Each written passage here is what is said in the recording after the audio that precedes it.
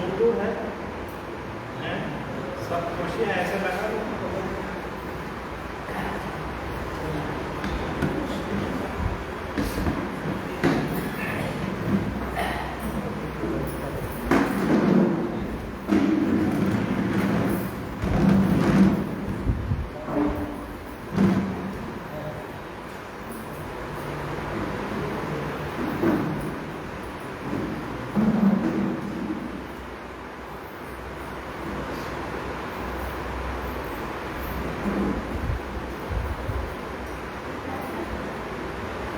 थोड़ा सा संचालन करो, बोलो।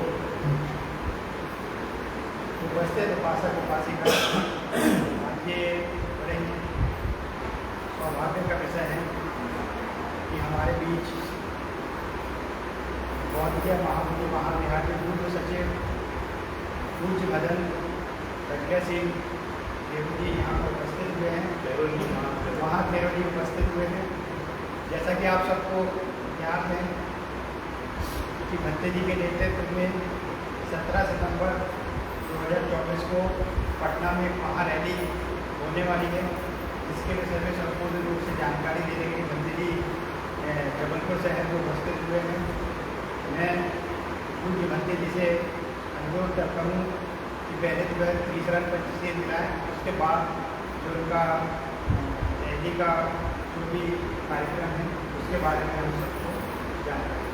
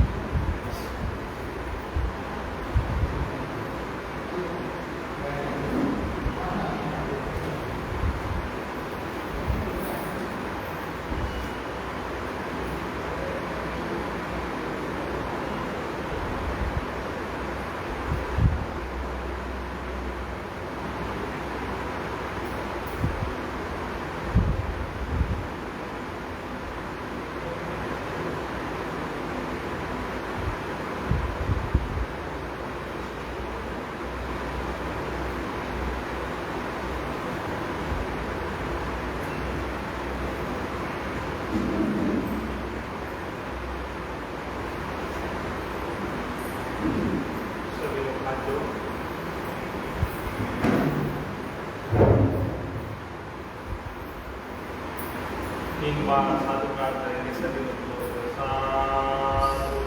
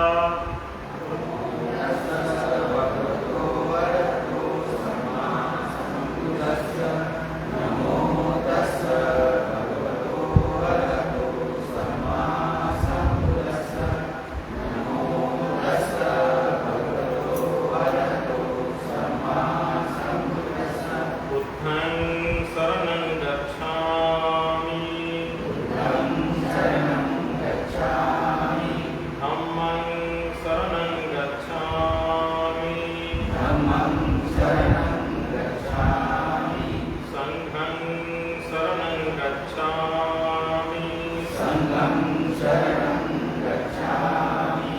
द्वितीयम्पि बुद्धं शरणं गच्छामि। द्वितीयम्पि बुद्धं शरणं गच्छामि। द्वितीयम्पि धम्मं शरणं गच्छामि। द्वितीयम्पि धम्मं शरणं गच्छामि। द्वितीयम्पि संघं शरणं गच्छामि। द्वितीयम्पि संघं शरणं गच्छामि। तृतीयम्पि बुद्धं शरणं गच्छामि। तृतीयम्पि बुद्धं शरणं गच्छामि। तृतीयम्पि धम्मं शरणं गच्छामि। तृतीयम्पि धम्मं शरणं गच्छामि।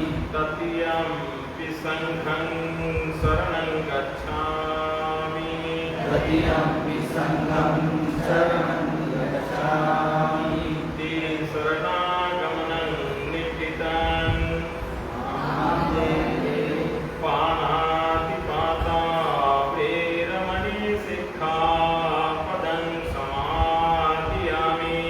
पाणातिपाता वैरमणि सिक्खापदं समादयामि। अदिन्नादाना वैरमणि सिक्खापदं समादयामि। अदीनदाना वैरमणि सिक्खापदं समादयामि। कामेषु मिच्छाचारा वैरमणि सिक्खापदं समादयामि।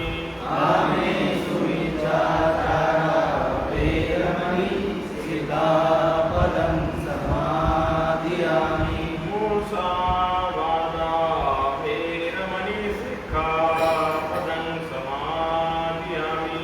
मुसावादा वैरमणि सिक्खापदं समादयामि।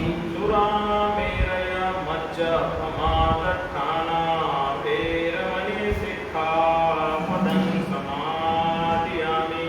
सुरामेरमज्जपमादत्थाना वैरमणि सिक्खापदं समादयामि।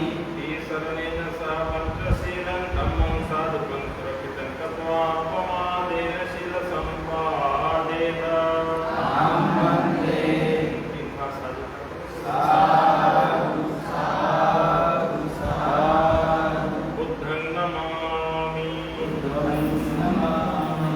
धम्मं नमामि। संघं नमामि। शरणं नमामि।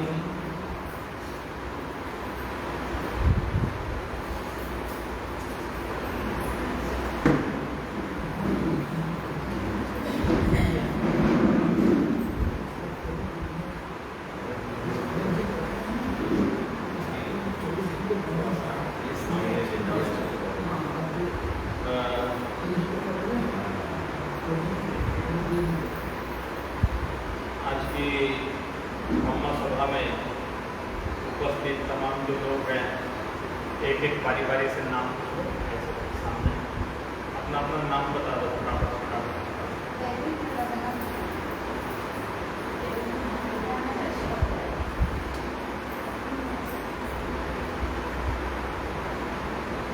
जोर से बोलना, सुनाई देना चाहिए मेरे को।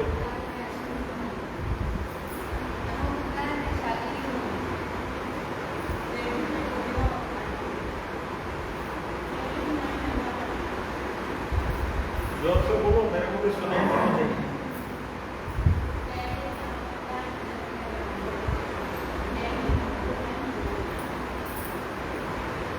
ठीक है, आप अपना अपना शब्द बता देना। और जोर से जय हे राम जी। नमो बुद्धाय जय भीम। भीमराव सापरे। जय भीम, नमो बुद्धाय, अविनाश गांधी। जय भीम नमो बुद्धाय, उमाकांत देखिए। जय भीम नमो बुद्धाय, प्रकाश मोहन। जय भीम सिद्धार्थ मलपति।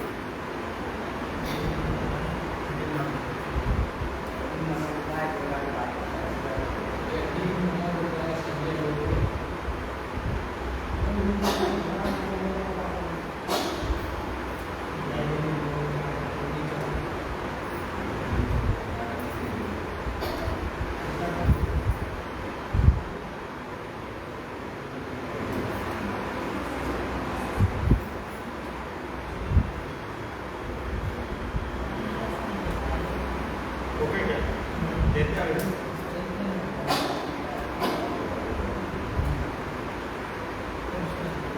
अभी रजिस्टर में हाजिरी लगाने की जरूरत नहीं है।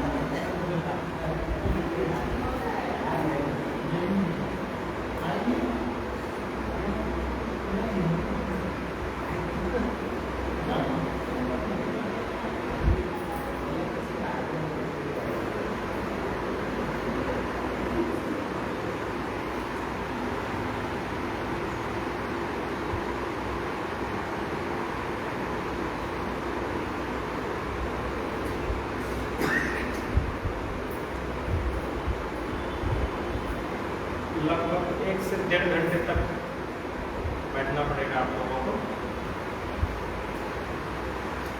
विस्तार से जानकारी के साथ में महत्वपूर्ण विषय पे हम लोग एक चर्चा भी करेंगे।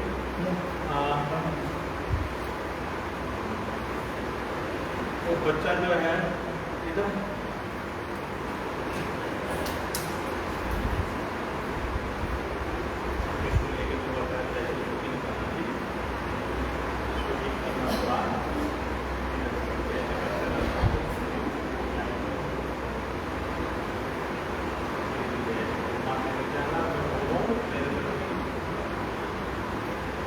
धीरे धीरे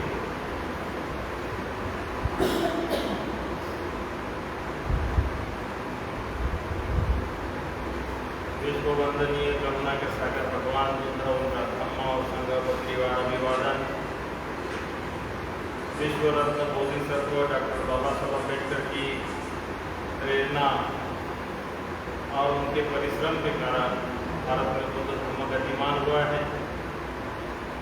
आज मध्य प्रदेश के जबलपुर शहर में यह जो बौद्ध विहार संघ एवं बौद्ध विहार महिला मंडल हमापुर जबलपुर की ओर से बोधिसत्व नागार्जुन बुद्ध विहार करिया पाथर में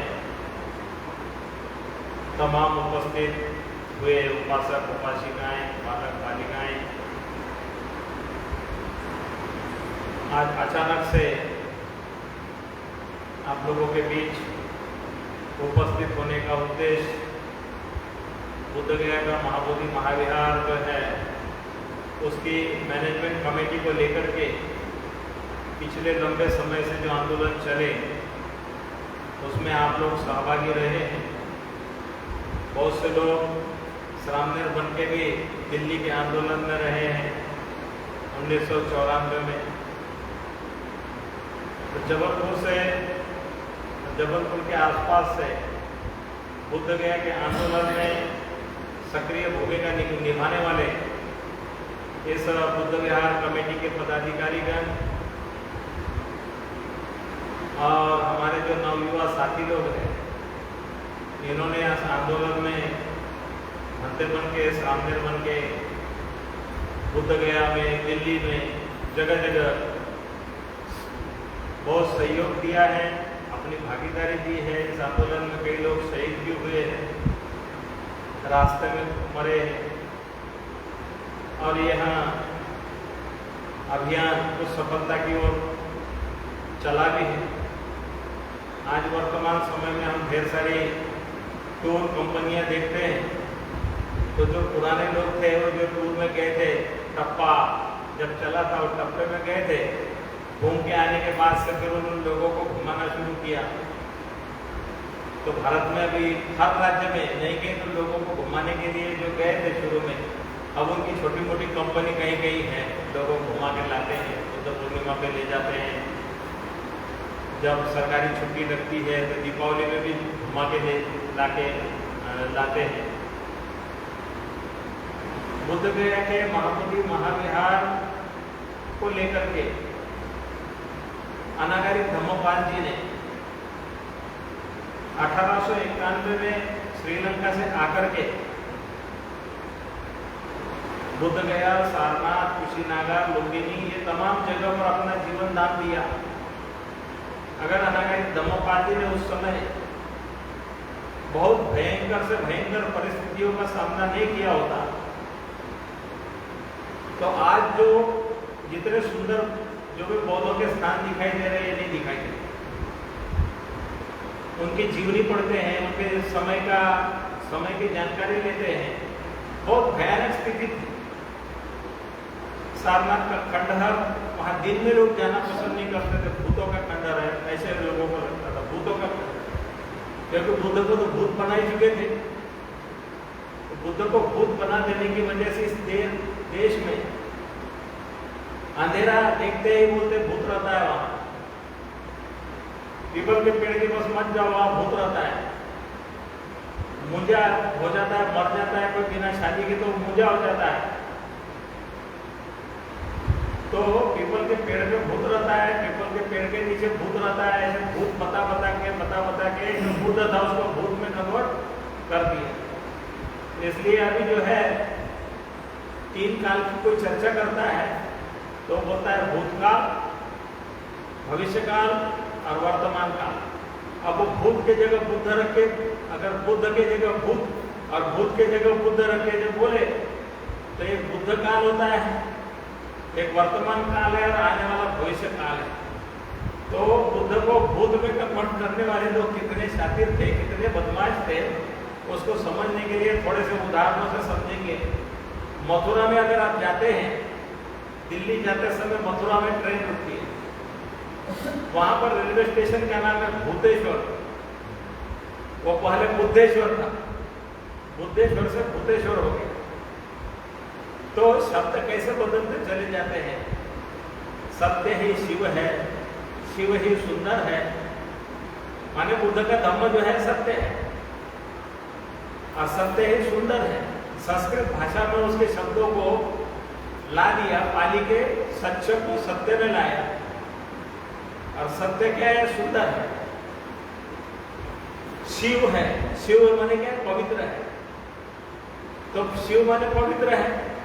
अब शिव है, पवित्र है, वो शिव को एक मनुष्य का रूप देकर के बता दिया, और फिर एक पत्थर ऐसे जो अशोका स्तंभ थे उसको तोड़ ताड़ करके बोला ये शिव का लिंग है, ये शिव है, लिंग है, माने पवित्र लिंग है।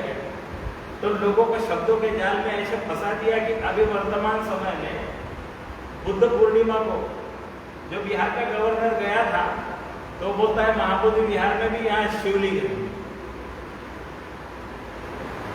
तो ये विवाद के विषय जो तैयार किए गए, ये गवर्नर गया था, बोला बुद्ध तो कृष्ण के अवतार है, विष्णु का अवतार तो बताने वालों ने 8वीं शताब्दी के बाद से बताना शुरू किया था। 12वीं शताब्दी में जो कवि हो गए जगदेव, उन्होंने उनको अवतारों की इसमें ग्रंथ लिख डाले। तो ये अवतार बताने वाले इन लोगों ने जो धीरे धीरे कब्जे किए, नाम बदल करके कब्जे किए, और आपस में लोग लड़ते रहे और अभी भी लड़ रहे हैं। काय को लेके लड़ रहे हैं, नाम के पीछे पड़े हुए हैं। नाम बचपन में पुकारो नाम बच्चे का कुछ और होता है, स्कूल में डालते वो कुछ और है, वो बाद में धीरे धीरे सरकारी रिकॉर्ड में चलने वाला नाम अलग ही चलता है। लेकिन बस्ती के लोग क्या बोलते हैं उसको, वही बोलेंगे वो सत्तू है, वो धम्मा है, वो भूरू है, ऐसे ही बोलेंगे ना, क्योंकि वो लोग बचपन के नाम को पकड़े हुए हैं। और सरकार के रिकॉर्ड में जो है, अब कलेक्टर भी बन जाए, कमिश्नर भी बन जाए, तो वो तो ऑफिस लाइन के लोग जिस नाम को जानते हैं, और वो गांव से जाने वाला आदमी जाएगा और पूछेगा पुराने नाम से, तो बोलेंगे इस नाम का यहाँ कोई मिलता नहीं। तो नाम भी परिवर्तनशील है, रूप भी परिवर्तनशील है। रूप कितना तेजी से बदलता है। जब मैं नया नया सामने बन के आया इधर में, मुश्किल से 26-27 साल की उम्र थी, जो बुद्ध गया के लिए आंदोलन लेके यहाँ से कार चलाते हुए कमांडर जीप लेके जाते थे, तो चाटे साहब के यहाँ खाना वाना खा के इधर से उधर बिहार के लिए प्रस्थान करते। तो समय बहुत तेजी से ऐसे बदलते चला जाता है, लेकिन इसमें कई उतार चढ़ाव आए। इन उतार चढ़ावों को हम अनागारिक धम्मपाल के आंदोलन से जोड़ के देखते हैं कि उन्होंने 1891 में जब आए, अंग्रेजों का जमाना था, बुद्ध को जानने वाले बहुत मुश्किल से कोई मिलता था, सारे भूत के बारे में जानते थे। तो भूतों के बारे में चर्चा करने वाले सभी जगह पूरे भारत में थे। तो अनागारिक धम्मपाल ने उस समय में जिन स्थानों पर रह करके उसका उद्धार करने का काम किया,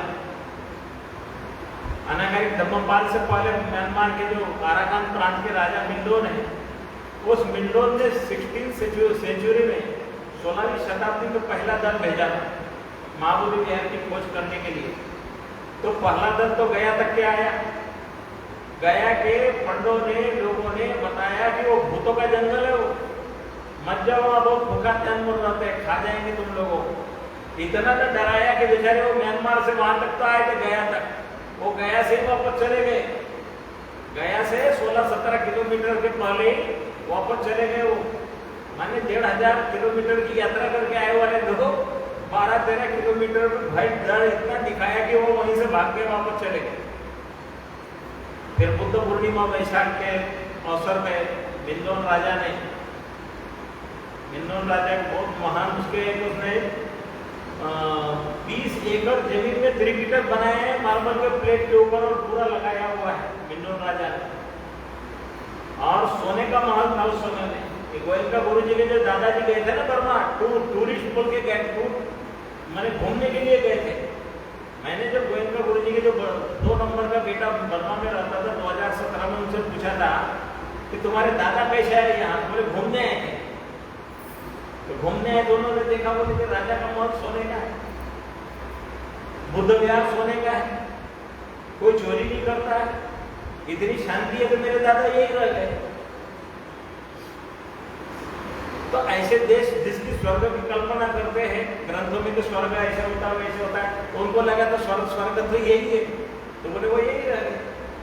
तो ऐसे देश का जो राजा था मिंदोन, उस राजा ने फिर दूसरा दल भेजा, सिपाही भेजे, साथ में सेना के लोगों को भेजा, जंगल काटने वाले सुतारों को भेजा कि नदी किनारे किनारे जहाँ तक रास्ता है वहाँ, और कोई पशु है कहीं है तो उसको शिकार करना है और अपने मंदिर तक जाना है। तो दूसरा दल गया, उन लोगों ने वो स्थान खोज के निकाला।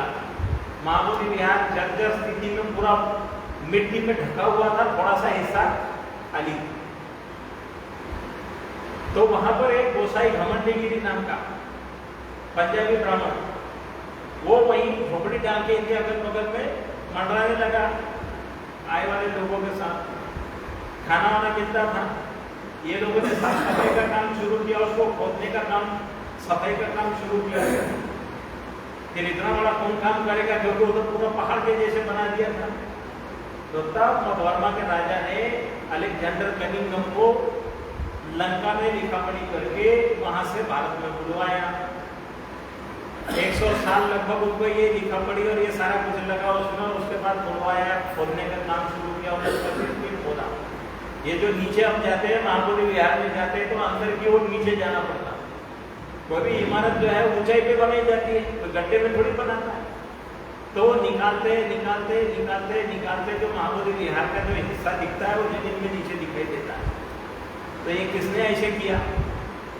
तो सैकड़ों साल तक इसको दबाने का काम चला। इसको देखने से पाप लगता है, तो क्या करना है, एक टोकरी मिट्टी फेंकनी है, तो फेंकते रहे टोकरी मिट्टी। सुनने में आता है कि ये पृथ्वीराज चौहान वगैरह का नाम भी आता है कि इन समय में इन्होंने भी देख लिया, तो बोला कि ये देख लिया तो पाप हो गया, डालो मिट्टी डालो मिट्टी। तो वो निरंजन नदी की ऊँटों से गाड़ियों से डाला के डालते डालते डालते डालते उसको ढाक दिया। तो जंगल जैसे पड़ा हुआ था। जब उसको खोद के निकाला है 1950 के पहले तो जर्जर हालत में था, बहुत खराब हालत में था। जब ये देश को मैंने 1950 में 1956 में बुद्ध जयंती मनाई गई, उसके पहले उसको रिपेयरिंग करके तैयार किया गया, जीर्णोद्धार किया गया। ये बोध गया का जो महंत है, ये जब खुदाई का काम चल रहा था तो वो जो आए वाले लोग थे बर्मा के, बारिश आने के समय में उन्होंने बोला कि बारिश आने वाली है इसलिए अब वापस जाते हैं, तो वो चले गए। लेकिन जो खजाना था, पूजा वगैरह करना, खाना रहने का बंदोबस्त था, तो बोला कौन देखेगा? तो महंत बोला मैं देखूंगा ना। उन्होंने एक बहुत बड़ा ऐसे रहने का ठिकाना बनाया जिसको महंत का बाड़ा बोलते हैं। वो बर्मा के राजा ने बनवाया था वहाँ से काम धाम करवाने के लिए। तो वहाँ का महंत जो मालिक बन गया, बैठ गया, और जो पैसा मिला था उसमें जमीनें उन्होंने खरीद के जिधर उधर जहाँ जहाँ उसको पता चला कि महाबोधि विहार की जमीन यहाँ है, वहाँ है, वहाँ है, वहाँ है, तो पूरे जमीनों को खोज खोज के निकाल के वहां पर अपने कब्जे करते हुए मठ के नाम से पुराने बुद्ध विहार अशोक सम्राट के समय के जो थे उसको मठ बोलते थे। वो मठ कहाँ है वो खोजते हुए उसके ऊपर में अपने उत्तराधिकारी दिखाते चले गए। तो जो भारत की बॉर्डर है पाकिस्तान, उस साइड की जो बॉर्डर है उसको बोलते हैं, अपने साइड की है उसको अटारी बोलते हैं, अटारी बॉर्डर। और उस पार की बॉर्डर जो है पाकिस्तान साइड आती है वो वाघा बॉर्डर, वो महाबोधि विहार की जमीन। क्योंकि पुराने समय में जमीन जायदाद दान करते थे ना लोग अलग अलग प्रांतों से आके, तो उस तरह से महाबोधि विहार को अलग अलग राज्यों में लोगों ने दान दी हुई जमीन है। इन जमीनों को लेकर के भी काफी खूनी संघर्ष हुए हैं, वो एक अलग इतिहास है। अनागरिक धम्मपाल जी आने के बाद या अनागरिक धम्मपाल जो आए तो इनको लेके आने वाले जो लोग थे, सर हेनरी अल्बर्ट जो अमेरिकन थे, और दूसरी एक मेरी ब्लावस्की नाम की रशियन लेडी थी। ये लोगों ने थियोसॉफिकल सोसाइटी बनाई थी, उसका हेडक्वार्टर रखा होता अड्यार में। अड्यार मैंने मद्रास में उसका हेडक्वार्टर था। तो ये दोनों लोग बुद्धिस्ट बने थे क्योंकि अनागरिक धम्मपाल जी के जो नाना थे वो बहुत मशहूर लंका के बनते थे, हिक्केडुवे सुमंगल नाम के। तो सुमंगल जो बनते थे बहुत मशहूर वहां के बनते थे, और ब्रिटिश लोगों ने श्रीलंका पर कब्जा कर चुके थे और वहां सख्ती से चर्च के माध्यम से नामकरण होता था, अपने मर्जी से कोई नाम नहीं रख सकता था। तो अनागरिक धम्मपाल जी जो है इनका नाम तो डेविड नाम था, डेविड हेवाविकर ने, हेवाविकर ने उनका सरनेम। उनके पिताजी बहुत बड़े उद्योगपति थे, तो पिताजी सोचते थे कि मेरा बेटा भी उद्योगपति बने।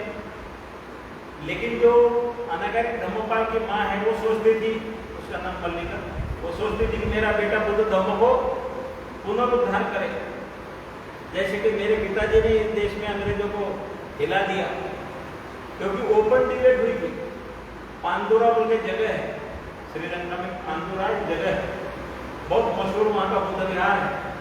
तो वहाँ अंग्रेजों के जमाने में डिबेट हुई, क्रिश्चियन लोग अपने बहुत पढ़ाई दिखाते थे। तो वो डिबेट में इंग्लैंड से, अमेरिका से बड़े बड़े नामी डिबेटर फादर लोग आए थे, और वह ओपन डिबेट हुई। ओपन डिबेट में वो सुमंगल भंते के सामने वो हार गए थे। इसकी चर्चा जो अखबारों में चली, वो अखबारों की अमेरिका की चर्चा सुनकर के वो हेनरी अल्बर्ट आके वहाँ बहुत बुद्ध धर्म की दीक्षा लिए थे, पांदुरा में आके दीक्षा लिए थे, और मेरी ब्लावस्की रशिया से आके दीक्षा ली। तो वो लोगों ने वहाँ स्कूल चलाए श्रीलंका में। तो स्कूल चलाए तो ये अंग्रेजी वाले वहाँ लोकल के लोगों को सिंगली भाषा कौन बताए, तो ये अनागरिक धम्मपाल जो है डेविड हेवाविकर ने इसको लिया अपने साथ। ये अनुवाद का काम करते थे, इधर की भाषा उनको बताते थे, उनका इसको बताते थे। फिर इन्होंने घूमने के चक्कर में घर छोड़ दिया, तो अनागरिक हो गए। तो उन्होंने अपना नाम धर्मपाल रखा, और फिर बोला कि ये धर्म के लिए मैं जिंदगी भर काम करूंगा। तो घूमते घूमते लंका से जब भारत आए, तो भारत आने के बाद जब बुद्ध गया पहुंचे, तो बुद्ध गया के खंडहर, सुअर घूम रहे हैं, जंगली माने पूरा कचरा पड़ा हुआ है, बोधि ऋषि की हालत बहुत जर्जर और खराब है, और पूरा ऐसे भंगार जैसे स्थिति थी। तो उसने अनागरिक धम्मपाल की किताब पढ़ा था, लाइट ऑफ एशिया, जो हमारे यहाँ डेक्कन कॉलेज में ये हेड थे डेक्कन कॉलेज पूना में, एडविन अर्नोल्ड। वही एडविन अर्नोल्ड ने लिखा वाला किताब लाइट ऑफ एशिया, इसने इस किताब ने यूरोप में धूम मचाई हुई थी पूरे। लाइट ऑफ एशिया, उसके स्थान की क्या दुर्दशा है। वो जब घूमने गया है एडविन अर्नोल्ड, तो उसने बोला ये बोधि वृक्ष की कुछ पत्तियां तोड़ लो। अरे तुमको जितना तोड़ना है तोड़ो, ऐसे बोला। तुमको जितना तोड़ो, जितना ले जाना है ले जाओ, ऐसे बोला। तो उसने देखा कि ये स्थान का कोई रखवाला नहीं है, इसलिए बोल रहा है ले जाना है उतना ले जाओ।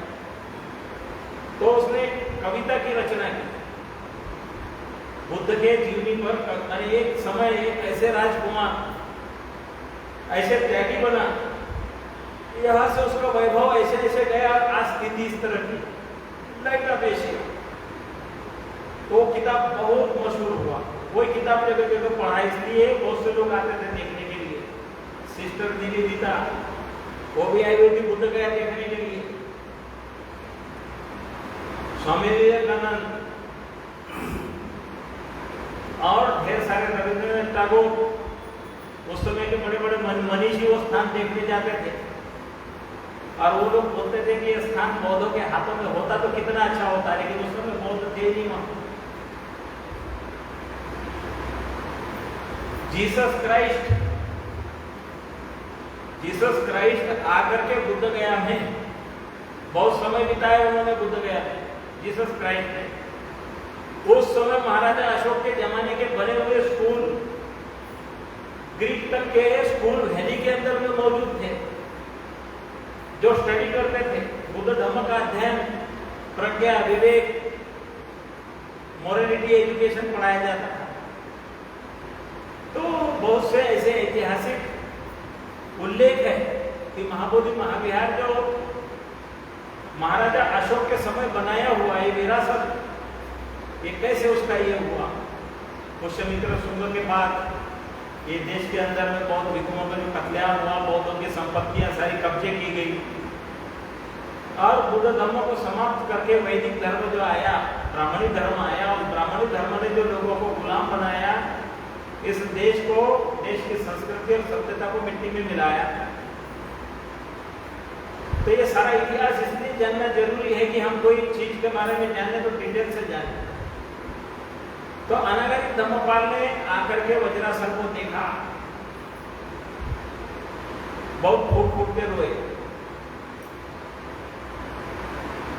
क्योंकि पढ़ा था किताब में लंका में अलग स्थिति थी और भारत में एकदम विपरीत स्थिति थी।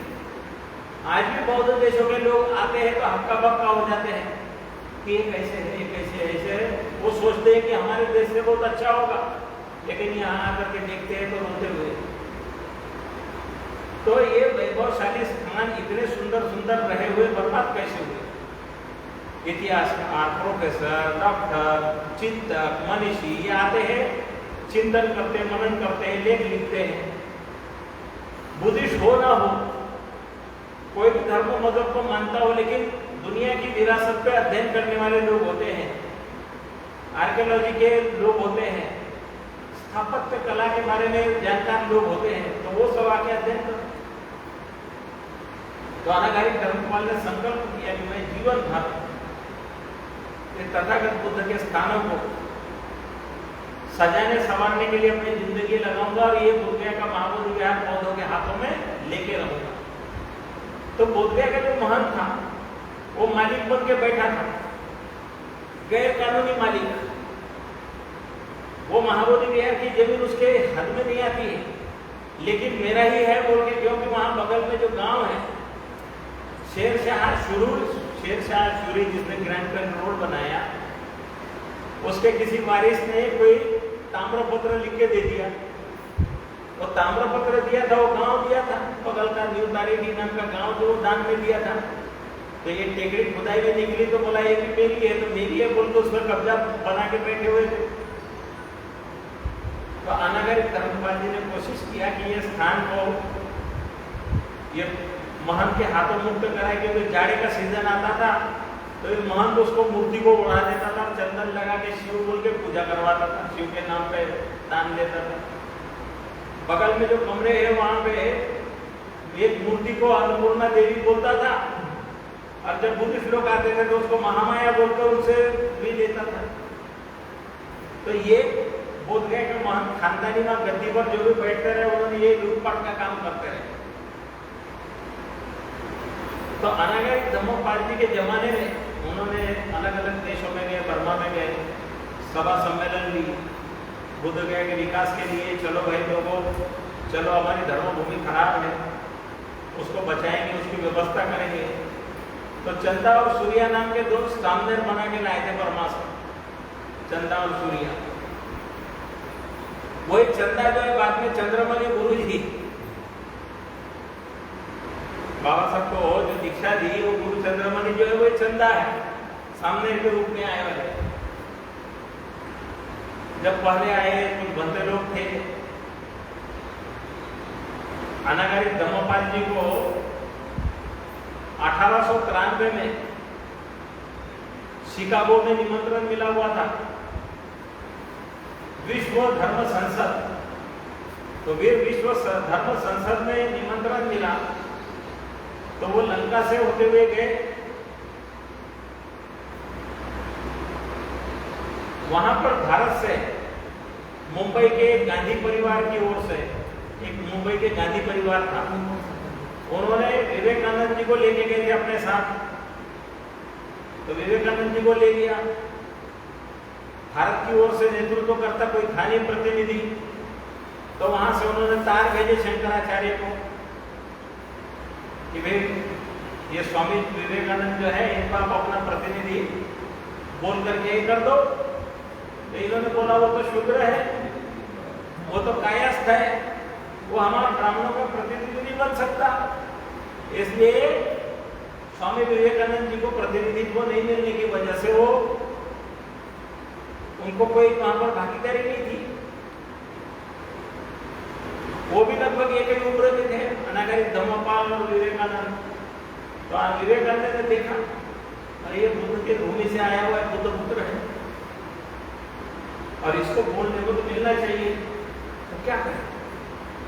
तो वहां के आयोजन समिति से बोला, तुमने मेरे को लंका से बुलाया भाषण देने के लिए बुद्ध धम्मों पे, मेरे समय में से जो है 2-3 मिनट कम से कम इनको दे दो, भारत से आए हुए। तो अपने समय में से समय देकर के विवेकानंद जी को बोलने के लिए लगाया।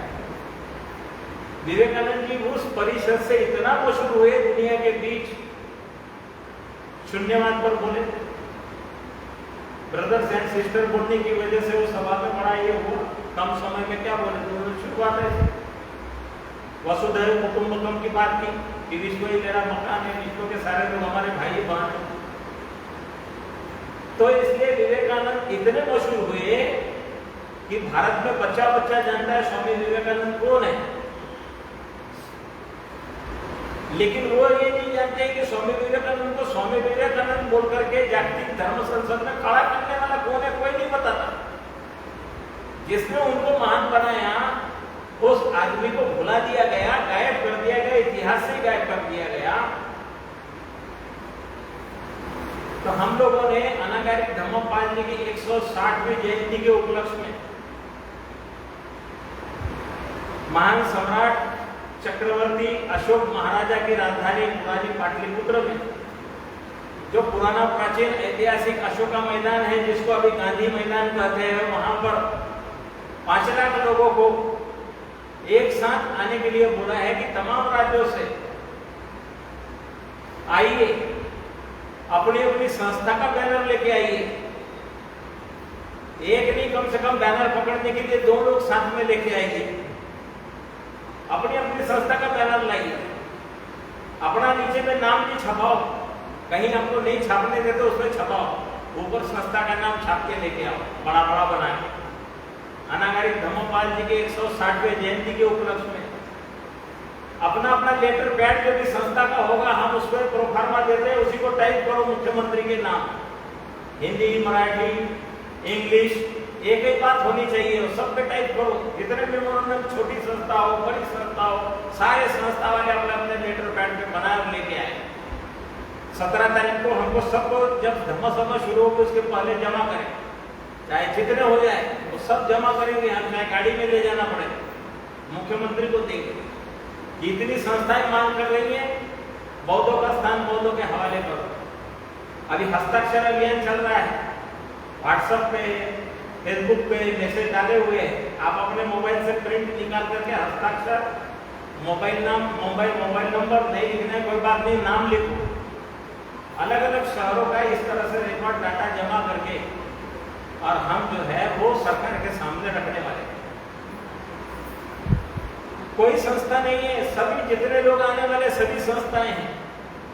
वो इसलिए बनाया, इस तरह का मूवमेंट, किसी को नेता बनाया, किसी को नेता बनाया, नेता चले चलते चलते चलते चलते आगे चला गया, और वो इतना आगे चला गया कि वो जनता से संबंध ही खत्म हो गया।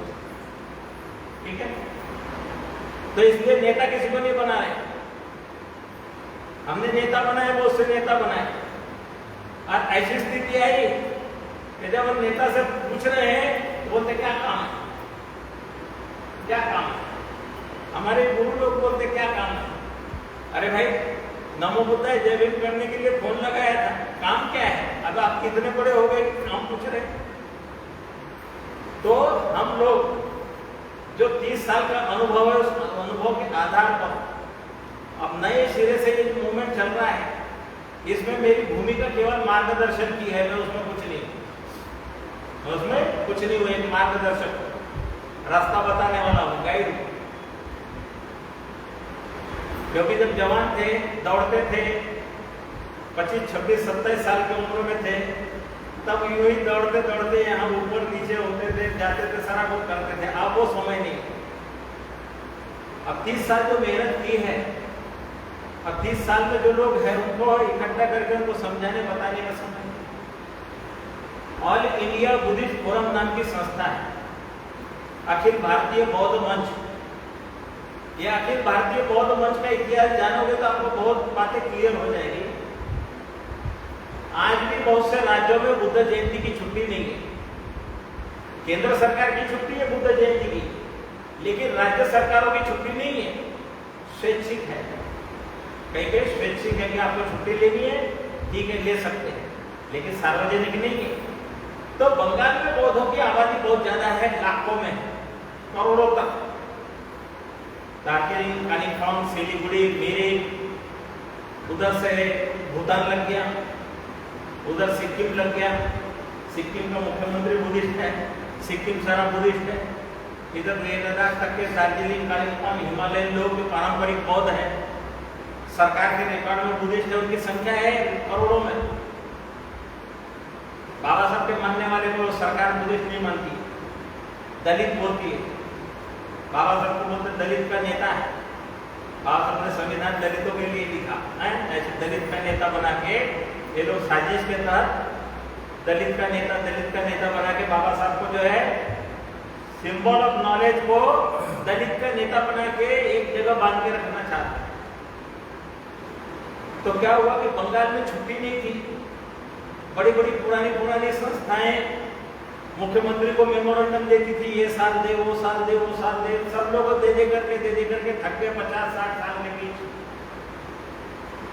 एक मुख्यमंत्री के पास कुछ लोग गए, 10-12 संस्था वाले।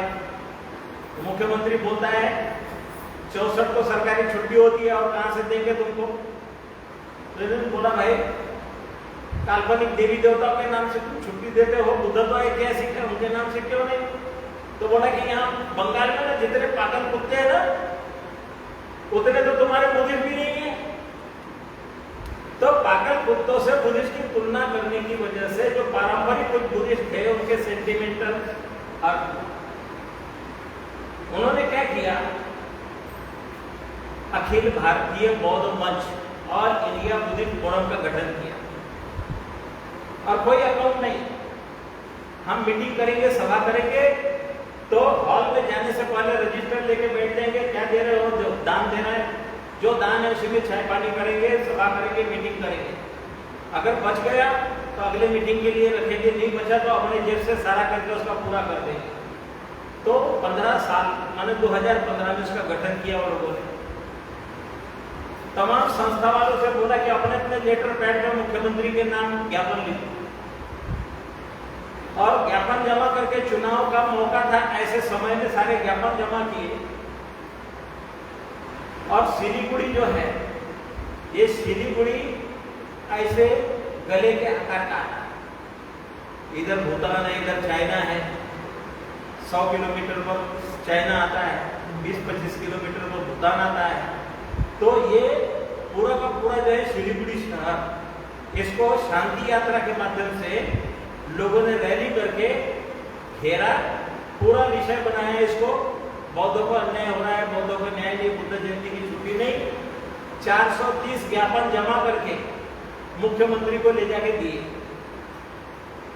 मुख्यमंत्री ममता बनर्जी को शाम के समय में सारे ज्ञापन जमा किए और दिए।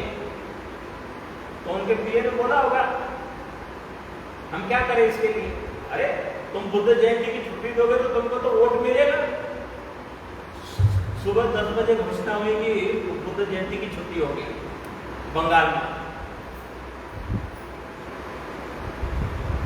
तो जो लोग 60 साल 70 साल मेहनत किए नहीं मिला, लेकिन संगठित शक्ति से मिला। ये संगठित होकर के किया इसलिए मिला। तो ये संगठित शक्ति से मिलने की वजह से ये लोगों ने ये महाबोधि विहार के मामले का अध्ययन पिछले 3-4 साल से कर रहे थे। ये कहां तक आया, सुप्रीम कोर्ट में गया, सुप्रीम कोर्ट में किसने किसने मामला डाला, इसके कहां से ये फेल हुआ, इसके फायदे कितने निकल के आए, नुकसान कितने निकल के आए। दार्जिलिंग के पास एक जगह खरसियांग लिखा और कुर्सियांग है, कुर्सियांग लेकिन बोलने में पुकार खरसियांग बोलते हैं। तो खरसियांग के वांगडी शेरिंग भूटिया 80 साल से ऊपर उम्र थी उनकी। उनका बेटा जो है एडिशनल कमिश्नर था दिल्ली में। तो वहां पर सुप्रीम कोर्ट में मामला डाला था बुद्ध गया के लेकर के। तो वो 2012 में मामला डाला, 2013 में जो बम ब्लास्ट वगैरह हुए बुद्ध गया में, उसी समय मुख्यमंत्री ने क्या किया, जो बोध गया की टेम्पल कमेटी जो है मैनेजमेंट कमेटी, उस कमेटी में जो हिंदू बुद्धिस्ट वाला मामला है कि 4 हिंदू रहेंगे 4 बुद्धिस्ट रहेंगे, जिलाधिकारी गया जो है वो वहां का अध्यक्ष होगा, उसको हिंदू होना जरूरी है, तो हिंदू शब्द हटा दिया। नीतीश कुमार ने हिंदू शब्द उसमें से मुख्यमंत्री ने हटा दिया कि कोई भी कलेक्टर जो है वहां का अध्यक्ष होगा। लेकिन कानून नहीं बनता है। कानून में हिंदू साइड से जो बोध गया का महंत है वो आजीवन उसमें मेंबर रहता है, और जो ब्राह्मण धर्म के मानने वालों का नेता होने की वजह से उसका बजट ज्यादा है, तो मेजोरिटी उनकी है। बौद्धों का सेक्रेटरी तो कभी बना ही नहीं था। 86 दिन बुद्ध गया में जो धरना प्रदर्शन चला 1994-95 के बीच, तब तो पहली बार 4 बौद्धों के बड़े भंते लोगों को मेंबर बनाया था लालू जी के समय में। वो चारों लोगों ने भंते प्रज्ञा सिंह को वहां इंचार्ज बनाया, सुपरिटेंडेंट का पद दिया। 18 महीने जंतर मंतर पे दिल्ली में धरना प्रदर्शन चला, बारिश में, हवा में, तूफान में, गर्मी में, काफी 18 महीने चला। लंबा आंदोलन चला दिल्ली के अंदर। तमाम हमारे भंते लोग, उपासक लोग जाते रहे, आते रहे, बैठे रहे, भूख हड़ताल, धरना, सारा कुछ किया। कांशीराम जी ने भंते सोसाइटी को जूस पिलाया था। उस समय में केंद्र सरकार, राज्य सरकार के मुख्यमंत्री लेवल पर वार्ता हुई। हमारे डेलीगेट्स की ओर से भंते आनंद महाथेरो, उन्होंने बोला कि दोनों बराबरी में है। अरे भाई, अध्यक्ष तो हमेशा हिंदू ही रहता है, जिलाधिकारी गया का। सेक्रेटरी भी एक 22 साल रहा है, 18 साल रहा है, 12 साल रहा है, हमेशा तो हिंदू सेक्रेटरी रहे, बौद्धों को कभी बनाया नहीं। तो पहली बार बौद्धों का सेक्रेटरी बनाया 1998 में भंते प्रज्ञा सिंह को ही, वो तीसरा माने सुपरिटेंडेंट भिक्खु प्रभारी और पहला बुद्धिस्ट का सेक्रेटरी, मेंबर सेक्रेटरी का पदभार दिया गया। हम 3 साल तो काम कर पाए। मुर्दाबाद, जिंदाबाद, पथराव, ये वो होता था, उसके चक्कर में हमको वहां पे गोलीकांड हुआ, छोड़ना पड़ा। लेकिन हमने 3 साल जब सेक्रेटरी पद था तो महाबोधि विहार के आसपास जो पत्थर लगाना है, बिजली लगानी है, बड़ा समरसेबुल लगाना है, पानी की व्यवस्था करनी है, जितना अच्छा कर सकते हैं उतना किया। और महाबोधि विहार का रिपेयरिंग कराने के लिए उसका प्रोजेक्ट बनाया। 45 लाख रुपए मैंने उस समय में जाकर के जमा किया था, जगह जगह से लाया, जापान से लाया, ताइवान से लाया, और जगह से लाया। हमारे कार्यकर्ता से बोला 100 रुपए निकाल, सभी लोगों की भागीदारी होनी चाहिए। ऐसे 45 लाख रुपए जमा करके महाबोधि विहार का रिपेयरिंग का प्रोजेक्ट बनाया। तो महाबोधि विहार के आसपास जो सुंदरता देख रहे हैं, जो पत्थर बिछा हुआ देख रहे हैं, कालचक्र मैदान की जो सजावट है वो देख रहे हैं, वो तमाम हमारे आंदोलन करने वाले बौद्धों की उपलब्धि है। अगर इतने सारे लोग आंदोलन नहीं करते, नहीं जाते आते, तो बदला हुआ नहीं मिलता। तो ये एक महाटप्पा करके करके करके करके वो जो बना है। अब उसके बाद क्या हुआ कि वो दूसरे सेक्रेटरी आते रहे, दूसरे लोग आते रहे, अपना वो सजाने और उस पर काम चल रहा है। पिछले साल क्या हुआ, हमारे समय में विदेशी मुद्रा आती थी तो उसको अकाउंट बनाया था, FCRA, फॉरेन करेंसी रखने वाला अकाउंट बनाया था। पिछले साल में एक कमेटी लोगों के मेंबर लोगों ने, कुछ बदमाश लोगों ने क्या किया, वो खाता डैमेज किया, उनका लिखा पढ़ी नहीं किया, सरकार को हिसाब नहीं दिया। 80 लाख रुपया दंड पड़ा है, 80 लाख रुपया दंड कमेटी पर। कमेटी ने 80 लाख रुपया भरा। किसका पैसा था वो? बौद्धों का ही था। बौद्धों का पैसा गया दंड के नाम पे। अभी ये पिछले सप्ताह में वो फिर करंट माने अभी चालू हुआ है। वो जो FCRA अकाउंट है ये पिछले हफ्ते में शुरू हुआ है, लेकिन लगभग 1 साल तक के दंड भरा, उसकी बदनामी हुई। तो अभी ये बुद्ध गया के महाबोधि महाविहार को लेकर के पूरे देश में अलग अलग राज्यों की हमने कार्यकारिणी जैसे बनाई हुई है, माने ग्रुप बनाए हुए व्हाट्सएप पे। All India Buddhist forum Madhya Pradesh, all India Buddhist forum Gujarat, all India Buddhist forum Maharashtra. मेरे पास जितने भी आप लोगों के नंबर थे मैंने उसमें डाल दिए, सबको डाल दिए, और बराबर मीटिंगें होती है। परसों के दिन मध्य प्रदेश के साथ में बैठक थी, लेकिन मध्य प्रदेश में ये चर्चा जो है लोगों के पास बार बार नहीं हो पाई, इसलिए लोग उतना जागरूक नहीं है कि आज क्या प्रोग्राम है। कल हम लोग निकल रहे थे तो कल हमारी बैठक जो थी, बैठक करके मैं चढ़ा हूँ, और वो जो टीम दार्जिलिंग से निकली तो वो रेलवे स्टेशन से बैठक कर रहे थे, वर्चुअल मीटिंग परसों हुई है। उसके वो आगे दिन में हुई, तेलंगाना से हुई है, कर्नाटका से हुई है, सब जगह जगह से मीटिंगें करके करके लोगों को जोड़ने का काम। हर एक आदमी 10-10 लोगों के नाम पते डालो, इसमें जोड़ो, तो क्या हमारा नेटवर्क मजबूत होगा। लोग जुड़ेंगे तो नेटवर्क मजबूत होगा। और हमने ये एक राज्य के 2-2, 4-4 लोगों को केंद्रीय कार्यकारिणी में डाला हुआ है कि तुम जो है पूरी खबर रखो कि कैसे आना है, क्या आना है, टिकट बुक करना है, आना है। पहले तो जिंदाबाद मुर्दाबाद करके चले गए, समय बदल गया, रेलवे प्राइवेट सब प्राइवेट कर दिया है।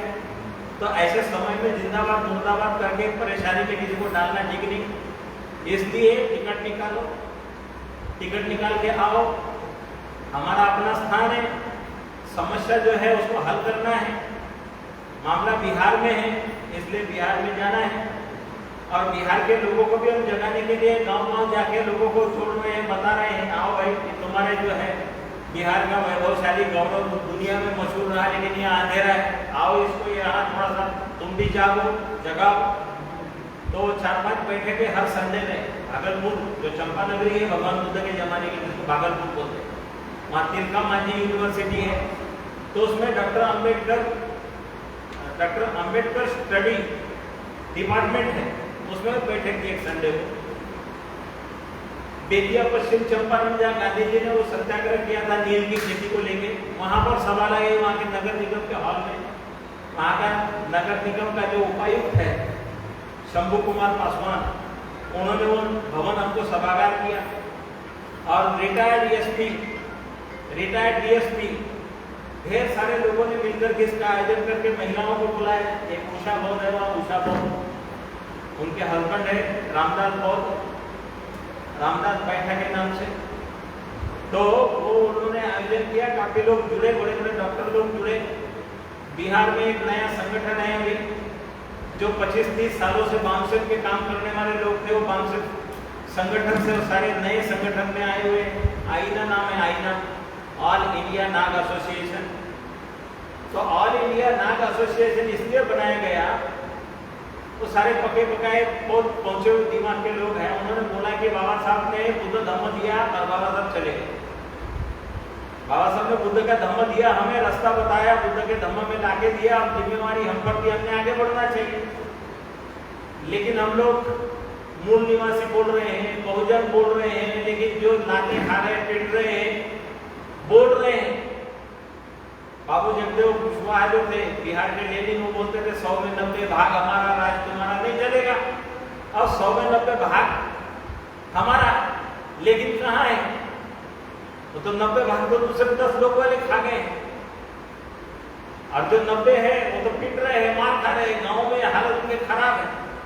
तो ऑल इंडिया नाग एसोसिएशन वालों ने बोला है कि बाबा साहब ने हमें बुद्ध का धम्म दिया, कल्चरल मूवमेंट के लिए दिया, तो हमें कल्चरल रास्ते से जाना चाहिए। हमारी बौद्ध संस्कृति नागों की संस्कृति सभ्यता है। नागवंश जो है, महाराजा अशोक, जितने भी शाक्य महाराज लोग हैं, सब नाग है। भगवान बुद्ध नागों के नाग महानाग है। नाग का मतलब होता है श्रेष्ठ, नाग का मतलब होता है निष्कलंक, नाग का मतलब हो शीलवान। ब्राह्मणी व्यवस्था ने उसको क्या किया? सांप बनाया, सांप, नाग माने सांप। लोगों को सांप बना के बता दिया है नाग माने सांप। नाग माने श्रेष्ठ होता है, नाग माने निष्कलंक होता है। तो नागों की सभ्यता, सिंधु घाटी की सभ्यता नागों की सभ्यता है। जितने भी नाग, कर्कोटक नाग से लगा के अनंत नाग, जहां तहां नागों का साम्राज्य था। तो नागों की सभ्यता और संस्कृति को जिंदा करने के लिए बाबा साहब ने बुद्ध का धम्म दिया। बाबा साहब कहाँ गए? नागपुर गए। दिल्ली बंबई में नहीं किया ना धर्मांतर। बाबा साहब ने नागपुर में क्यों ले गया? क्योंकि नागों की प्राचीन राजधानी, और नागों ने बुद्ध धम्म का प्रचार प्रसार किया। तो जो हम बातें बनाते हैं, भिक्खु बनता है तो भिक्खु को नाग बोलते हैं। जिस दिन भिक्खु बनता है उसको पूछते हैं कौन है? नाग है। भिक्खु माने नाग, नाग माने शीलवान। तो नाग बनाने की संस्कृति, नागों की संस्कृति, बाबा साहब ने बुद्ध धम्म की दीक्षा नागपुर में जाके दी, क्योंकि वो प्राचीन नागों की राजधानी, नाग नदी है, नागों का इतिहास, नगरकोट है, नगरधन है। तो ये संस्कृति को बाबा साहब ने लौटाया। तो इसलिए नागों की संस्कृति और विरासत को लेकर के अभी लोग जो है बिहार में जुड़ रहे हैं, मिल रहे हैं कि भाई हमको ये नागों की संस्कृति बाबा साहब ने देखे गए हैं, इसलिए हमारी शादी ब्याह वगैरह हो, जात पात का सत्यानाश हो, हम सब एक जगह आए। उसके लिए ये आईना ऑल इंडिया नाग एसोसिएशन का काम चल रहा है। उसके राष्ट्रीय अध्यक्ष हैं डॉक्टर राजीव रजक। वो मेरे साथ में मेरे को लेके जाते आते हैं जगह जगह। अभी वर्षावास में उन्हीं की वजह से कर रहा हूँ, क्योंकि उन्होंने बोला आप आइए यहाँ वर्षावास कीजिए, खाने का डब्बा पहुँचाते हैं मेरे को रोज। उनके यहाँ से ड्राइवर आता है खाना लेके, कभी कभी उनके दोस्त मित्र कोई लेके आते हैं। तो नाग संस्कृति जो है लोगों को जोड़ने का काम, लोगों को बताने का काम ये चल रहा है। तो ये अनागारिक धम्मपाल जी जो बोधिसत्व अनागारिक धम्मपाल जी की 160वीं जयंती मना रहे हैं। एक प्रकार से बिहार के लोगों के लिए नई बात है। अनागारिक धम्मपाल का लोगों ने नाम नहीं सुना और 160वीं जयंती मना रहे हैं। 160 साल किधर? अब एक साथ में पूरा कर रहे हैं तो 5 लाख लोगों ने वहां आने जाना है। तो भारत में 1 लाख से तो ज्यादा संस्थाएं हैं बौद्धों की। 5-5 लोग अगर आ गए, कोई मरता है तो उसको 4 कांधे देते हैं, एक आगे चलता है। ऐसे ही अगर 5-5 लोग भी आगे तो 5 लाख तो ऐसे हो जाएंगे। लेकिन जिंदा लोग होने चाहिए, मरों से तो हम कल्पना नहीं करते। बौद्धों के नाम पे बिन पेंदी के लोटे की जैसे लुढ़कने वाले मरे हुए लोगों से हम अपेक्षा नहीं करते। लेकिन जो बोलता है कि मैं बुद्धिस्ट हूँ, मैं बाबा साहब के धम्म का वारिस हूँ या बाबा साहब के मिशन का मिशनरी हूँ, वो आएगा। कारण उसको जहाँ भी खबर पड़ेगी वो उठ के आएगा। बिस्तर पे भी पड़ा होगा, मर भी रहा होगा तो भी उठ के आएगा। क्यों? ये एक ऐतिहासिक क्षण है। ये ऐसे ऐतिहासिक अवसर है कि अनागारिक धम्मपाल जी की 160वीं जयंती पर 5 लाख लोगों का ऐतिहासिक अशोका मैदान, जिसको भी गांधी मैदान बोलते हैं, वो अशोका मैदान। हम पुरानी वो संस्कृति विरासत, नागों की सभ्यता, महाराजा बिंबिसार नागवंशी थे, अजय शत्रु नागवंशी थे। बुद्ध का धम्म मगध साम्राज्य दुनिया में फैला। लंका, थाईलैंड, बर्मा, वो लोगों ने संभाल के रखा। लेकिन जहां से गया वहां पर अंधेरा है। तो इसलिए जब लोग आएंगे वहां इतने संख्या में अलग अलग राज्यों से, बिहार के गांव से लोग निकल के आएंगे, गली गली चर्चा होगी। सरकार छुपा नहीं सकती इस बात को, सरकार इस बात को छुपा नहीं सकती, क्योंकि सारा मूवमेंट होगा। ट्रेनों में, बस में, सड़कों पर जाना आना। कोई मोर्चा हल्ला गुल्ला नहीं होगा, शांति से हम शांति मार्च निकाल रहे हैं। अनागरिक धम्मपाल जी ने जिंदगी भर जो काम किया उनके त्याग को देखते हुए बाबा साहब उस साल में जन्म हुआ है 1891 में, जब अनागरिक धम्मपाल इस देश में आए, तो दो बड़ी घटनाएं उसको मनाते हुए पेरियार रामास्वामी नायकर, पेरियार रामास्वामी नायकर ने पूरा दक्षिण में तहलका मचाया हुआ था। उत्तर के लोगों ने देखा ये कौन पला है। 17 सितंबर को हर साल विश्वकर्मा पूजा होती है बिहार में, बंगाल में, उड़ीसा में। अभी कोई भी तिथि देखो ब्राह्मणी व्यवस्था की, कभी भी 17 सितंबर 18 सितंबर ऐसे है ही नहीं। तो लोगों को एक दाढ़ी वाला वो विश्वकर्मा पकड़ा दिया है, विश्वकर्मा माने पेरियार रामास्वामी को बदल करके रहा। तो 17 सितंबर क्या हुआ कि बर्मिंघम से बहुत बड़ा बड़ा लोहा गार्डर सारा का सारा कलकत्ता में हुगली नदी पर ब्रिज बनाने के लिए सामान आया। इतना लोहा लंगड़ बड़ा बड़ा तो देखा नहीं था कभी भारत के लोगों ने। सारा नाव के ऊपर से कारोबार होता, तो हुगली नदी पर से नाव चलती थी, इधर उधर नाव से सारा। तो तब ये लोहा गार्डर देख करके कुछ लोगों ने बोला ये नदी को बांध रहे, नदी तो गंगा माँ होती है, माँ को बांध रहे, अरे अधर्म हो जाएगा, अधर्म हो जाएगा। इतना हल्ला मचाएगी वो काम ही नहीं करने दिया, काम नहीं करने दिए। हड़ताल कि हमारी नाव का धंधा सारा डूब जाएगा, ये नदी गंगा माता को बांध देंगे तो ऐसे होगा। अब ये लोगों ने देखा कि क्या करें, ये तो बड़ा उपद्रव कर रहे, काम नहीं करने दे रहे। किसी को बुलाया, उसको बढ़िया से पटा के बातचीत करके बोला कि तुम्हारे देश में कोई ऐसे देवता है जिसकी महिमा है इमारत वगैरह। हाँ, विश्वकर्मा तो एक रात में बड़े से बड़ा सारा चीज बना देते हैं। बोला ठीक है, विश्वकर्मा का मंदिर बना देते बगल में, और बहुत भंडारे का सामान खाने पीने का दे दिया। उनको बोला झाल वाल बजाओ सब मिलकर। इधर झाल बजवाने में लगाया, भात मच्छी खाने में लगे रहे, और उधर जो है 17 सितंबर को फाउंडेशन खड़ा करके हावड़ा ब्रिज बनाने का काम लगा दिया। इसलिए हावड़ा ब्रिज का स्थापना दिवस है 17 सितंबर। तो बिहार के लोगों के लिए वो दे दिया है विश्वकर्मा पूजा, बंगाल के लोगों के लिए विश्वकर्मा पूजा। तो अभी चर्चा चली एक जगह अलवर में गया था मैं, मौर्य लोगों के इकट्ठा हुए, उन्होंने बोला कि उस दिन तो लोहा लंगड़ की पूजा होती है, गाड़ी घोड़ा तो नहीं चलेगा। अरे समय बदल गया, अभी गाड़ी घोड़ा जो है सारे पूजा करने वाले नहीं है गाड़ियों की। इतना बड़ा मूवमेंट हो रहा है, आओ निकल गया। तो विश्वकर्मा ने जैसे दसरे के दिन लोहा लंगड़ की कोई पूजा करते काली माता के नाम से, वैसे वहां पर 17 सितंबर को पूजा करते हैं लोहा लंगड़ की। कलम नहीं छुएंगे, मशीन नहीं करेंगे, इस तरह का दिमाग में था वो पड़ा हुआ करते हैं, लेकिन अब धीरे धीरे वो भी खत्म होता है।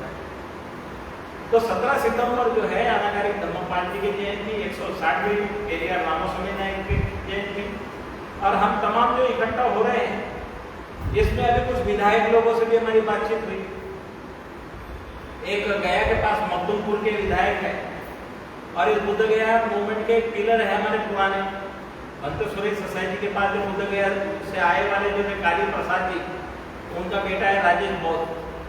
तो राजेश बौद्ध का साला वो मखदूमपुर का साले साहब सतीश दास बोल के, वो सतीश दास ने इसको विधानसभा में उठा चुके इस मामले को। दिल्ली में भी मीटिंग सभा में आए हुए हैं कि बौद्धों का स्थान बौद्धों को मिलना चाहिए। साथ में फतेह बहादुर मौर्य है, दबंग है बोलने में, उन्होंने भी इसको बोला बौद्धों का स्थान बौद्धों को मिलना चाहिए। और जो वहाँ के बिहार के विधानसभा के स्पीकर थे डॉक्टर उदय नारायण चौधरी, मंत्री सुरेश सोसाइटी ने उनको, लालू जी को, उनको दोनों को दीक्षा भूमि में एक बार बुलाया। तो उदय नारायण चौधरी भी मीटिंग में आए, अभी बुद्ध गया की मीटिंग में आए। उन्होंने भी कहा कि हमसे जो जो सहयोग लगेगा हम विधानसभा में यहाँ वहाँ लोग उठाएंगे इस बात को, क्योंकि बौद्धों का स्थान है, बौद्धों को मिलना ही चाहिए। तो बोलने वालों की संख्या विधानसभा में भी तैयार हो रही है। एक ललन पासवान है, ललन कुमार पासवान, भागलपुर विक्रमशिला यूनिवर्सिटी के बगल के, उन्होंने इस मामले को 1 मार्च को विधानसभा में उठाया। तो लोकसभा का स्पीकर नंद कुमार यादव, वो स्पीकर अपनी ओर से बोल रहे हैं कि वहां तो शिवलिंग भी है, वहां शिवलिंग भी है, तुमको मालूम नहीं है, ऐसे बोल रहे हैं। जबकि स्पीकर जो होता है उसको साइलेंट रहना होता है, कोई नेता दूसरा उसका जवाब देगा, संबंधित अधिकारी जवाब देगा, लेकिन ऐसे नहीं हुआ। तो अभी जैसे कि बुद्ध विहार में कोई आदमी घूमते घूमते आया, झोला रख दिया, ठीक है, झोला रख दिया और चला गया, अब दूसरे दिन आके बोले कि बुद्ध विहार मेरा है, ठीक है, ये बुद्ध विहार मेरा होगा तो झोला लाके रखने से तेरा थोड़ी हो गया, उसको तो झोले से डंडे से मार के भगाएंगे।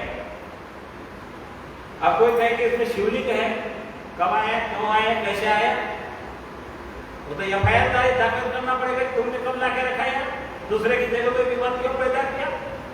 जब बोलने वाले लोग होंगे तो तब होगा। तो आज जो है बोधिसत्व नागार्जुन बुद्ध विहार में आने का मेरा मकसद, मैं डायरेक्ट नहीं जा सकता, लेकिन जबलपुर में हमारे पुराने आंदोलन के आंदोलनकारी रहते हैं, बहुत मजबूत लोग यहाँ से रहे हैं, जिसकी बदौलत बुद्ध विहार जो है या फिर यहाँ से जो भी चर्चा होते रही है, यहाँ ढेर सारी मीटिंगें सभा लगी है, तो सबकी हिस्सेदारी भी बनती है, कि सभी की भागीदारी भी बनती है। और हम वहाँ पे बढ़िया पकौड़े बना के खिलाने वाले नहीं, अपनी सूखी रोटी लेके आइए, आंदोलन को कामयाब करना है, अपने झोले में रख के आइए, सभा में उपस्थित हो जाइए, शामिल हो जाइए, मेमोरेंडम देना है उस समय, और उसके बाद में फिर आपको बुद्धगया घूमना है, घूमिए, कहीं जाना है जाइए। लेकिन एक दिन 17 सितंबर अनागारिक धम्मपाल जी के जयंती के उपलक्ष्य में दुनिया के बौद्धों की विरासत महाबोधि विहार जानते हैं, सारे के सारे के बौद्धों की है, लेकिन सारी दुनिया जानती थी कि साकेत नगरी बौद्धों की है। क्या हुआ, साकेत नगरी तोड़ ताड़ करके कोरोना पीरियड में बुद्ध मूर्तियों को वो स्टोन क्रशर में डाल के पाउडर बना करके और वहां नया खड़ा कर दिया। सुप्रीम कोर्ट ने भी भावना और आस्था के आधार पर फैसला दे दिया, बंटवारा कर दिया, न्याय कहा दिया। तो आस्था का प्रश्न बना करके कल ये शिव मंदिर बोल के हड़प में आएंगे तो आप क्या करोगे। इसलिए मौका है, उठो, आवाज लगाओ। एकमात्र स्थान बचा हुआ है 84,000 स्थानों में से, तमाम तो दुखी है, जगन्नाथ, आदिनाथ, केदारनाथ, बद्रीनाथ, द्वारकानाथ, सोमेश्वर, भोमेश्वर के नाम पे तो सारे लूट लिए। अब केवल एक ही बचा हुआ है, वो जो है उसको भी लूटने के लिए पूरी ताकतें लगी हुई है, पूरी ताकतें लगी हुई है। वहां बड़े बड़े होर्डिंग लगाते हैं, बड़े बड़े कथाकार जाते हैं, वहां से वो शिवरात्रि कथा, अमुक कथा, महिलाओं को सोमवार कथा, ये सब इसमें लगे हुए हैं। इसलिए सोए हुए जहां जहां भी बौद्ध है, उठो, खड़े हो जाओ, बाबा साहब के नाम पे 22 प्रतिज्ञा मानने वाले लोगों, और जैसे भी आना है आओ। 17 सितंबर को अपनी हाजिरी लगाओ। आपकी हाजिरी लगाएंगे, बिहार के लोग भी निकल के आएंगे कि जब इतने दूर से वो लोग आ रहे तो हम क्यों नहीं आए। वहां जात पात बहुत ज्यादा है, जात पात के संगठन बहुत ज्यादा है, वो अपने जात के संगठन में दूसरे को आने नहीं देते, ऐसे वाले भी लोग हैं। बड़े बड़े मौर्य क्लब, सम्राट अशोक क्लब, सम्राट अशोक परिवार भी है, लेकिन बाबा साहब का फोटो लगाने से डरते हैं। उनको लगता है कि बाबा साहब को फोटो लगाएंगे तो लोग हमको चमार बोलेंगे, क्योंकि उधर तो चमार ही जानते, उधर महार तो है ही नहीं। इधर के लोग है, बाबा साहब को फोटो लगाएंगे तो हमको महार समझेंगे, ऐसे वाले लोगों की सोच है। लेकिन उधर में बहुत से लोग डरते हैं, लेकिन कुछ कुछ यादव परिवार के लोग, कुशवाहा परिवार के लोग बाबा साहब का फोटो को दरवाजे के किनारे बढ़िया वाला लाके लगाया वाले भी लोग, जो स्वाभिमान से बोलते हैं बाबा साहब ने संविधान नहीं दिया होता तो हमारे कपड़े, मकान, खाट पाट नहीं आया होता। जब बाबा साहब का दिया हुआ संविधान चलता है तो बाबा साहब का फोटो क्यों नहीं चलता। ऐसे बोलने वाले बहुत से अभी हमारे पुराने साथी लोग अब आगे आके बोलने लगे। तो जात पात कुछ भी सब झंझटें खत्म होगी जब हम मिलेंगे, जुड़ेंगे, आएंगे, अलग अलग राज्यों के बीच के लोगों के साथ आपका मेल मुलाकात होगा। इस बार में दार्जिलिंग, कालिम्पोंग, सिलीगुड़ी, पूरा हिमालय वैली से लद्दाख से आने के लिए 20,000 रुपये चाहिए टिकट आने के लिए, जाने के लिए हवाई जहाज से, क्योंकि वो तो सारा ये है ना जंगल पहाड़ वाला। तो 150 टिकट लामाओं के तैयार बन गए हैं आने के लिए वहां। 150 टिकट भिलाई की महिला मंडल ध्रुव भिलाई की 40 टिकट तो उन्होंने बहुत पहले बना के रख दिए सरिता बौद्ध में। कोरबा के लता बौद्ध उसने भी अपने महिला मंडल की टिकटें बना के रख दिए आने के लिए। अरुणाचल से, आसाम से, त्रिपुरा से, मिजोरम, मेघालय की ओर से तो कामाख्या एक्सप्रेस के बोगी की बोगी बुक कर लिए लोगों ने।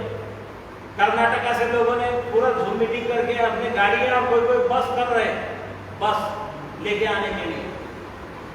तो ये सब सिलसिला शुरू हो चुका है। हमारे मुंबई के भी कोई कार्यकर्ता ग्लोबल पकौड़ा वगैरह की महिला मंडल, उन्होंने भी पूछताछ किया है कि रहने के बारे में बंदोबस्त भाई अपना प्रतिनिधि भेजो, व्यवस्था लगाने के सहयोग करो। बिहार में हम हमारे साथ कोई सहयोग करने वाले होंगे तभी तो होगा। तो अभी काम चल रहा है इसके ऊपर, और चर्चा जो है ये नेशनल इंटरनेशनल भी चल रही है। बहुत से लोगों ने बोला कि बाहर देश वालों तक के भी मैसेज जाने जाएगा। अभी जो है फिलहाल सरकार क्या कर रही है, हमने दिल्ली में मीटिंग लगाई 7 और 8 जनवरी को, बहुत कड़ाके की सर्दी में। 7 तारीख को दिन पर अम्बेडकर भवन में प्रोग्राम चला, 8 तारीख को प्रेस कॉन्फ्रेंस किया, 8 तारीख को माइनॉरिटी कमीशन के पास साथ में बैठक हुई। तो हमारा प्रोग्राम ये भी था कि अलग अलग राज्यों के राजदूत दूतावास में जाके उनको भी दें, लेकिन हम जो है विदेशी दूतावासों में जाके देंगे। ये सरकार बोलेगी ये देशद्रोही लोग हैं, अपने देश का मामला को ये जो है बाहर कर रहे हैं, एंटी नेशनल एक्टिविटीज लगा के अंदर बंद करते, इसलिए हमने वो देना बंद कर दिया। अभी कोई हमारे वो जो आकाश लामा जी जो है उनको बोलते हैं फोन करके, मैं बांग्लादेश में रहता हूँ, मैं क्या कर सकता हूँ। तो उनको बता दें कि तू अगर मुसलमान होता तो मक्का मदीना में कुछ हुआ तो तेरे को दर्द होता कि नहीं होता। अरे हर किसी को जो धर्म के मानने वाले हैं, मुस्लिम है, मुस्लिमों का स्थान मुस्लिम लोग संचालन करते हैं, ईसाइयों का स्थान है ईसाई लोग संचालन करते हैं, जो जितने भी सिख भाई लोग हैं सिख भाइयों के गुरुद्वारे वो संचालन करते हैं। दुनिया में एकमात्र स्थान है बौद्धों का।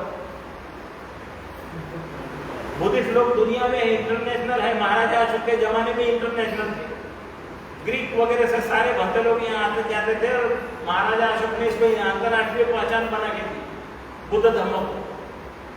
तो ये इश्यू अंतरराष्ट्रीय है। अगर बुद्ध ने वहां ज्ञान प्राप्त नहीं किया होता तो बुद्ध धर्म का नामो निशान होता नहीं होता। तो बुद्ध धर्म के उगम स्थान भूमि और उसका व्यवस्थापन बौद्धों के हाथों में नहीं है। मतलब बौद्धों का स्थान गुलामी में पड़ा हुआ है। तो गुलामी में पड़े हुए स्थान को आजाद कराना है। तो हम वर्षावास कर रहे हैं, उपोषण कर रहे हैं, हम लोग 7 दिन कर रहे हैं, 10 दिन कर रहे हैं, 3 महीने कर रहे हैं, आपको आजादी मिल जाएगी, आपकी खोई हुई चीजें मिल जाएगी। हम सूत्र पठन कर रहे हैं, परित्राण पाठ कर रहे हैं, यहाँ बैठ करके बुद्ध का आजाद हो जाए ऐसा होगा नहीं। जब मूवमेंट होगा तो उसमें उपस्थित होगे तब होगा। आपका मेमोरेंडम देके कागज बोलेगा, कागज लेके नहीं जाने वाला है तो 2-4 मिल करके उसका टिकट बना के उसको पकड़ा हाथ में तो जाए, मेमोरेंडम लेके वहां जाके उपस्थित हो जाओ। ये बैनर भी ले जाओ भाई, 2 लोग और साथ में ले जाओ पकड़ने के लिए। इतना तो कर सकते हैं, किसी के पास पैसा है टिकट निकाल के दूसरे को भेज सकते हैं, इतना तो कर सकते हैं। तो ये काम करने की बहुत जरूरी है। ये काम करोगे सफलता के हाथ में है, क्योंकि समय बहुत तेजी से बदल रहा है, सोशल मीडिया का जमाना है। जरा भी कुछ हुआ तो तुरंत के तुरंत पता चल जाता है। कल जो है दोपहर में मैं बैठा हुआ था बुद्ध विहार में, 2-3 लड़के भाग के आए, क्या हुआ, इधर भी मारा इधर भी मारा है। हमारी वहाँ की एक दबंग महिला है उपासिका मीरा यादव, वो भी आई, बोले मैंने ऐसा हाथ करके बचाया, बोले मारपीट लाठीचार्ज हो रहा था। तो लाठीचार्ज हुआ, डीएसपी था, वो डीएसपी को मारा, उनका कार्यकर्ता समझ के एसडीएम को मारा।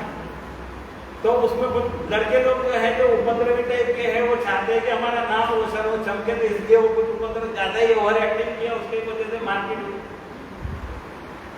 नहीं तो शांतिपूर्ण निपट गया। तो आप लोगों के बीच में जो मैंने जानकारी दी, आप लोगों ने बड़े ध्यान से सुना। तुमने नहीं सुना, बहुत लोग सुन रहे हैं, बहुत लोग सुन रहे हैं, इसीलिए 2-3 मोबाइल साथ में लेके चल रहा हूँ। देश विदेशों में सुन रहे हैं बहुत लोग। 30-30 साल, जिनको मैं खोजता था 30 साल के बाद मेरी अरुणा मसूरकर अमेरिका में रहती है, वो ये होस्टेस थी बालाघाट की। जब बुद्ध गया के आंदोलन के वो रजिस्टर में मैं नाम लिखता था, चिट्ठी भेजता था, अरुणा मसूरकर एयर होस्टेस, उसके बाप का नाम वासुदेव राव मसूरकर भोरगा लिखता था। मैं सोचता था कभी न कभी मिलेगी, अब इतने सालों बाद मिली तो भी अमेरिका में। ये सब लोग टूटे हुए सब लोग देखते हैं कि उन्होंने आंदोलन के लिए काम किया, दान दिया, तो तमाम सब जगह जगह से जिनको नहीं जानते वो भी जुड़ रहे हैं, क्योंकि ये दुनिया के बौद्धों का न्याय, तथागत ने न्याय देने की बात की, सामाजिक समानता, न्याय का, और जिसने न्याय की बात की उसके साथ अन्याय हो रहा है। तो इसलिए ये जो है बुद्ध गया का महाबोधि विहार का मामला, यह आप जो है गति पकड़ चुका। अब गति पकड़ चुका है, अब धारा तो गंगा बह रही है, तो उसमें आप जो अगर हाथ धोना चाहो तो धो लो, जो जो आएगा उसका भी नाम होगा। कहाँ जा रहे, बुद्ध गया जा रहे, कहाँ जा रहे, पटना जा रहे, काय के लिए जा रहे, अरे बुद्ध मुंह में डोरा है उसमें जा रहे, इतिहास भी बनेगा। और इस बात में मीडिया जो है कुछ छुपा नहीं सकेगा, क्योंकि सोशल मीडिया जो है बहुत से लड़के लोग जो अपने अपने मोबाइल कैमरे लेके और सारा काम कर रहे हैं। तो ये गोल्डन चांस शुरुआत है, और हम लोग सड़क पे लड़ना पड़े सड़क पे लड़ेंगे, विधानसभा में लड़ना है विधानसभा में लड़ेंगे। बिहार में उस तरह का माहौल बन रहा है। कोर्ट कचहरी में लड़ना पड़े, सुप्रीम कोर्ट में लड़ना है, लड़ेंगे, क्योंकि अभी बुद्धिस्ट चुप नहीं बैठने वाले। क्या करें, चुप नहीं बैठने वाले। एक तरफ हिंदू राष्ट्र बोल करके लोगों के बुलडोजर से बुद्ध विहार गिरा दिए, कई जगह पे गिरा दिया। मध्यान्ह का स्वयं का वो कोठी गिरा दिया आगरा में, तो क्या चुप बैठे। इसलिए एक प्रकार से ये बौद्ध संस्कृति पर, माइनॉरिटीज लोगों पर जो हमले हो रहे हैं, उधर आसाम और अरुणाचल साइड में भी मोनास्ट्री जला दी। तो इसलिए हम जब जुड़ेंगे, एक होंगे, तो हमारी समस्याएं भी धीरे धीरे हल हो जाएगी और हमारी आवाज बड़ी हो जाएगी। और प्रबुद्ध भारत जो बाबा साहब ने बनाने के लिए बोला था, तो प्रबुद्ध भारत तब बनेगा जब हम एक जगह इकट्ठा होंगे, सबसे ज्यादा संख्या। तो वहाँ राजनेता जो है राजनेता के नहीं है, और बुद्ध धम्म संघ जो है वो अनागारिक धम्मपाल की जयंती बाबा साहब ने बुद्ध धम्म भारत में दिया। बस यही चर्चा होगी और शांति यात्रा निकलेगी, और शांति यात्रा में कोई नारे वारे नहीं होगा। बुद्धं शरणं गच्छामि बोलते हुए शांति से शहर में निकलेंगे, और बुद्धा स्मृति पार्क बनाएंगे। रासू गवई साहब के समय में जेल, वहाँ की सेंट्रल जेल थी, उसको तोड़ के उसको बुद्धा स्मृति पार्क बनाए। वो पार्क में हम समापन करेंगे। 40-50 लोगों का डेलीगेशन जो है, महत्वपूर्ण लोगों को लेके मुख्यमंत्री को ज्ञापन दे दिया जाएगा। बस वो देने का काम है। काफी कुछ माने लोग इतना उस दिन के लिए पर्याप्त है। तो मैं यही संदेश देने के लिए आप लोगों के बीच में आया। आप लोगों ने सुना, सभी का जय मंगल हो, सभी का कल्याण हो, सभी लोग जो है स्वस्थ रहे, भारत में बुद्ध का शासन फिर से गतिमान हो, भारत का संविधान जो है वह लागू हो, और संविधान के तहत सभी के अधिकार बराबर में मिले, यही मंगल कामना करता हूँ। भवतु सब मंगलम रक्षन् सब देवता, सब बुद्धां भावेन, सब धम्मां भावेन, सब संघां भावेन, सदा सुखी भवन्तु ते।